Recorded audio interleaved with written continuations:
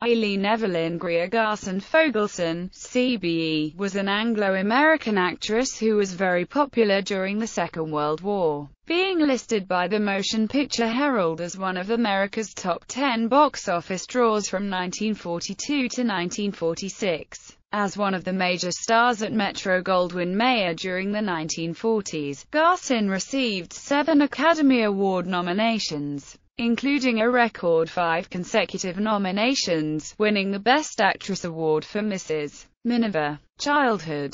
Greer Garson was born on 29 September 1904 in Manor Park, East Ham, Essex, the only child of Nina and George Garson, a commercial clerk in a London importing business. Her father was born in London, to Scottish parents, and her mother was from Drumalaw, Cassa, County Down, Northern Ireland. The name Greer is a contraction of MacGregor, another family name. Her maternal grandfather was David Greer and Rick Sargent in Castlewellan, County Down, Northern Ireland, in the 1880s, who later became a land steward to the Annesley family, wealthier landlords who built the town of Castlewellan. Greer Garson self-identified as Northern Irish. David Greer lived in a large detached house built on the lower part of what was known as Pig Street, or known locally as the Back Way near Shilladay's Builder's Yard. The house was called Claremont, and today the street is named Claremont Avenue. It was often reported that Garson was born in this house.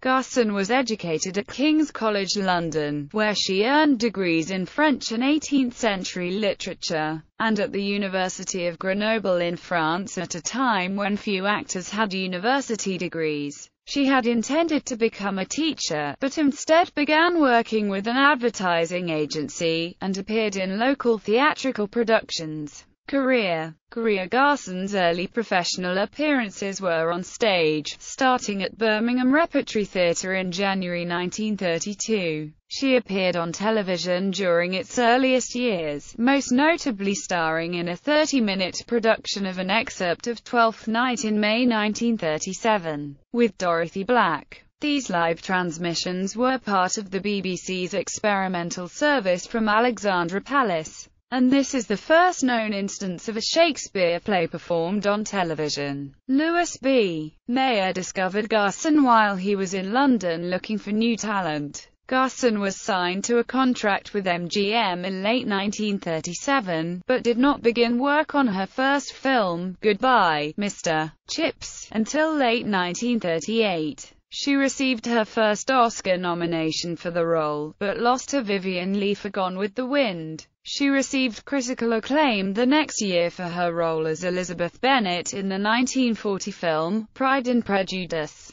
Garson starred with Joan Crawford in When Ladies Meet in 1941, and that same year became a major box office star with the sentimental Technicolor drama Blossoms in the Dust, which brought her the first of 5 consecutive Best Actress Oscar nominations, tying Bette Davis's 1938-42 record, which still stands. Garson won the Academy Award for Best Actress in 1942 for her role as a strong British wife and mother in the middle of World War II in Mrs. Miniver. She was also nominated for Madame Curie, Mrs. Parkington, and The Valley of Decision. Garson frequently co-starred with Walter Pidgeon, ultimately making 8 pictures with him: Blossoms in the Dust, Mrs. Miniver, Madame Curie, Mrs. Parkington, Julia Misbehaves, That Forsyte Woman, The Miniver Story, and Scandal at Scourie. Garson was partnered with Clark Gable, after his return from war service, in Adventure. The film was advertised with the catchphrase, "Gable's back and Garson's got him." Gable argued for, "He put the arson in Garson," she countered, "She put the able in Gable." Thereafter, the safer catchphrase was selected. Garson's popularity dropped somewhat in the late 1940s, but she remained a prominent film star until the mid-1950s.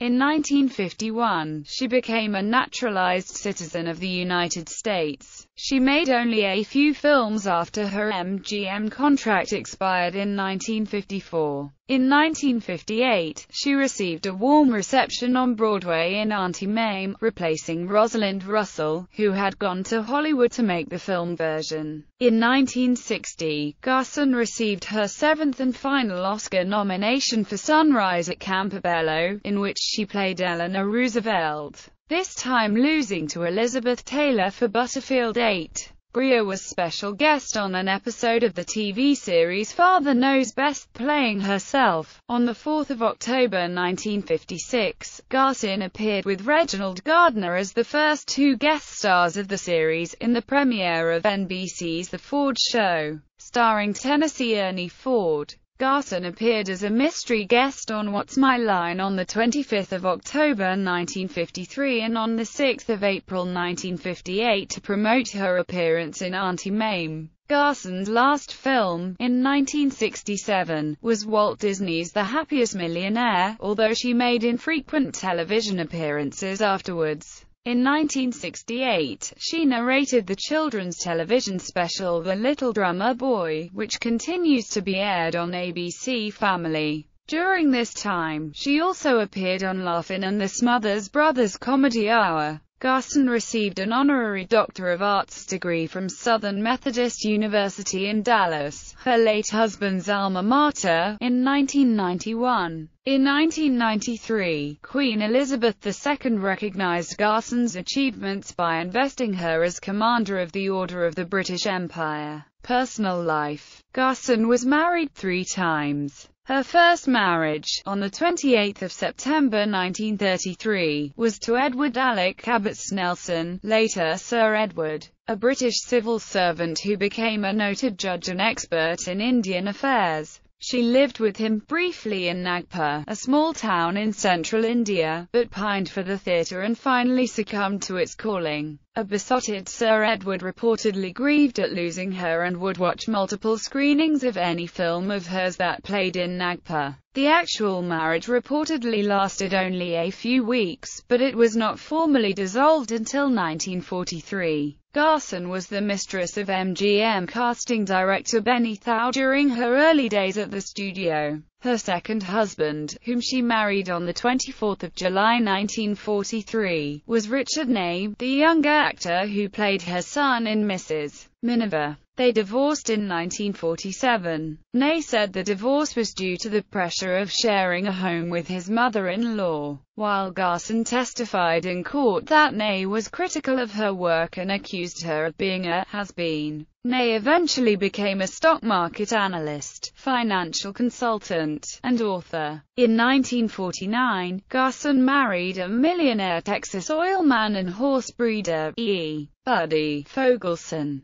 In 1967, the couple retired to their Forked Lightning Ranch in New Mexico. They purchased the U.S. Hall of Fame champion thoroughbred Acac from the estate of Harry F. Guggenheim in 1971 and were highly successful as breeders. They also maintained a home in Dallas, Texas, where Garson funded the Greer Garson Theater facility at Southern Methodist University. During her later years, Garson was recognized for her philanthropy and civic leadership. She donated several $1 million for the construction of the Greer Garson Theater at both the Santa Fe University of Art and Design and at Southern Methodist University's Meadows School of the Arts on 3 conditions. 1. The stages be circular. 2. The premiere production be William Shakespeare's A Midsummer Night's Dream. And 3. They have large ladies' rooms. Garson was a devout Presbyterian. For much of her life, Garson's true age was concealed from the public. When she was making feature films, her year of birth was given as 1914, making her 10 years younger than she really was.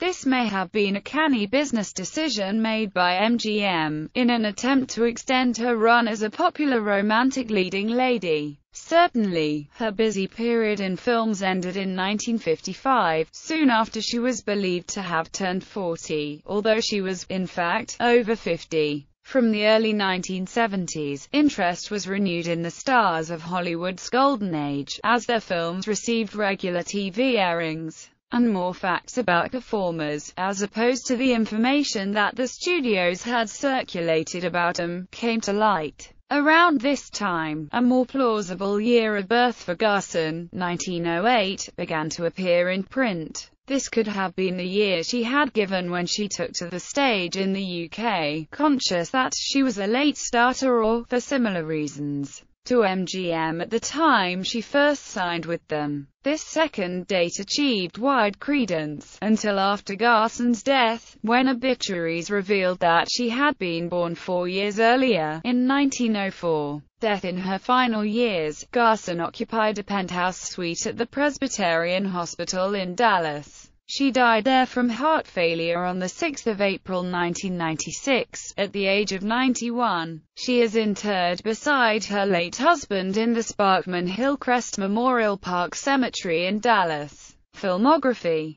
Radio appearances.